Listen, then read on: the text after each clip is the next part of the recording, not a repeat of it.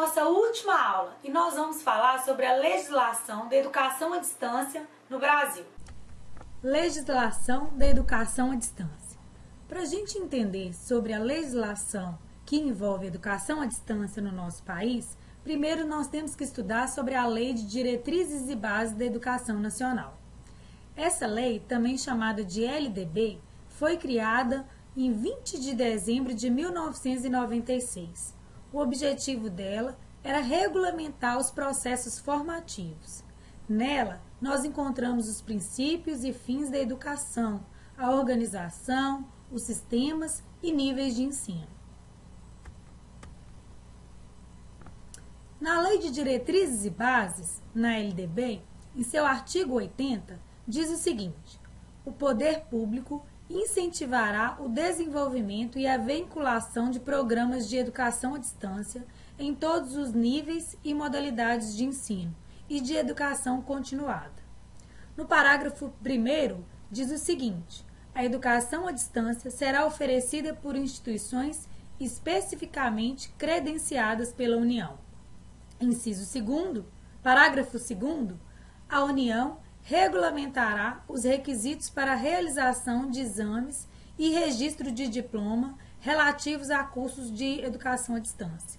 E parágrafo 3º, as normas para produção, controle e avaliação de programas de educação à distância e a autorização para sua implementação caberão aos respectivos sistemas de ensino. Observe que o artigo 80 da Lei de Diretrizes e Bases diz que a responsabilidade pelo incentivo e desenvolvimento dos programas de educação à distância é do poder público e que as instituições só poderão oferecer educação à distância se elas forem credenciadas pela União. E cabe à União regulamentar todos os requisitos para o registro dos cursos à distância. Porém, tanto o controle como a avaliação dos programas de educação à distância, estes ficam a cargo de cada sistema de ensino. No parágrafo 4º do mesmo artigo 80 da Lei de Diretrizes e Bases, diz que a educação à distância gozará de tratamento diferenciado, que incluirá custos de transmissão reduzidos em canais comerciais de radiodifusão sonora e de sons e imagens e em outros meios de comunicação, concessão de canais com finalidade exclusivamente educativas e reserva de tempo mínimo, sem ônus, para o poder público pelos concessionários de canais comerciais. Bem, no artigo 80 da Lei de Diretrizes e Bases de 1996, nós podemos observar que ela trata apenas da educação à distância de um modo geral, necessitando de um outro elemento regulamentador que torne essa modalidade mais compreensível. Dessa forma, foi criado o Decreto número 5.622, em 19 de dezembro de 2005, com o objetivo de regulamentar a educação à distância. O Decreto número 5.622, de 2005, em seu artigo 1º, caracteriza a educação à distância como modalidade educacional na qual a mediação didático-pedagógica nos processos de ensino e aprendizagem ocorre com a utilização de meios e tecnologias de informação e comunicação, com estudantes e professores desenvolvendo atividades educativas em lugares ou tempos diversos. No artigo 1º, no parágrafo 1º, a educação à distância organiza-se segundo a metodologia, gestão e avaliação peculiares, para as quais deverá estar prevista a obrigatoriedade de momentos presenciais para as avaliações de estudantes, os estágios obrigatórios, quando previstos na legislação pertinente, defesa de trabalhos de conclusão de curso, quando previstos na legislação pertinente, atividades relacionadas a laboratórios de ensino, quando for o caso. Então, vocês podem observar que mesmo com a educação à distância, é necessário haver alguns encontros presenciais para a realização dessas atividades previstas no parágrafo 1º do artigo 1º do Decreto 5.622 de 2005. O artigo 1º, se nós observarmos bem, ele fala das tecnologias da informação e comunicação, também chamada de TICs. As TICs são muito necessárias na educação à distância em função dessa modalidade de ensino ocorrer em espaços e tempos diversos, de modo a garantir que a interação com o professor seja mediada por uma combinação dos mais adequados suportes técnicos de comunicação.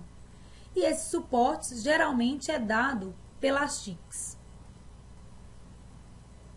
Dessa forma, a utilização de diferentes tecnologias como auxiliares no processo ensino-aprendizagem torna possível a oferta de educação à distância em vários níveis e modalidades de ensino, conforme o artigo 2º deste mesmo decreto.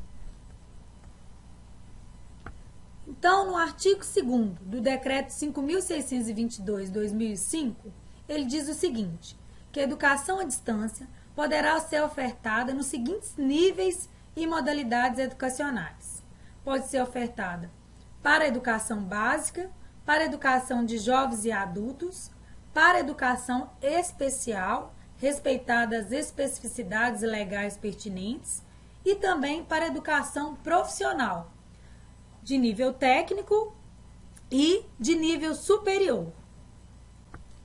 O decreto trata da oferta e da caracterização da educação à distância, informa sobre a transparência e aproveitamento dos estudos de cursos ou programas presenciais em seu artigo 3º, parágrafo 2º, bem como da certificação. Outro ponto que o decreto aborda é a avaliação na educação à distância, e esse nós vamos falar um pouquinho mais sobre ele. Por meio da avaliação, é possível analisar a forma com que o estudante está se relacionando com os conhecimentos que estão sendo abordados. Nesse aspecto, o decreto faz as seguintes recomendações em seu artigo 4º.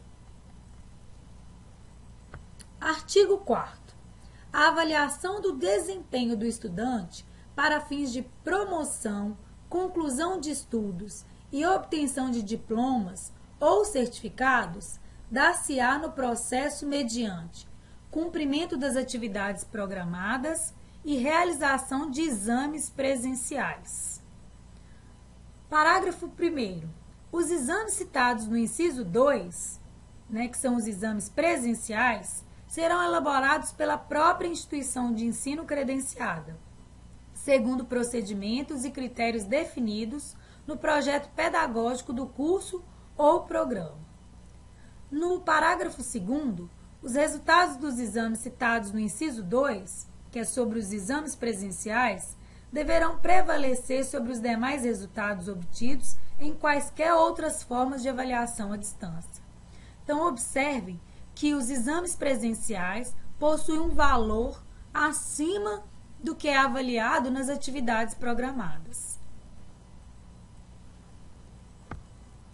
Em outras palavras, você precisa participar de todas as atividades avaliativas programadas no seu curso, sejam elas presenciais e ou virtuais. Deve também realizar as provas, os testes ou os exames presenciais que são obrigatórios. Fiquem atentos e cumpram todas as atividades. Nós terminamos nossa última aula. Eu espero que vocês tenham obtido conhecimento necessário para o desenvolvimento dessa disciplina. Obrigada pela atenção e até breve.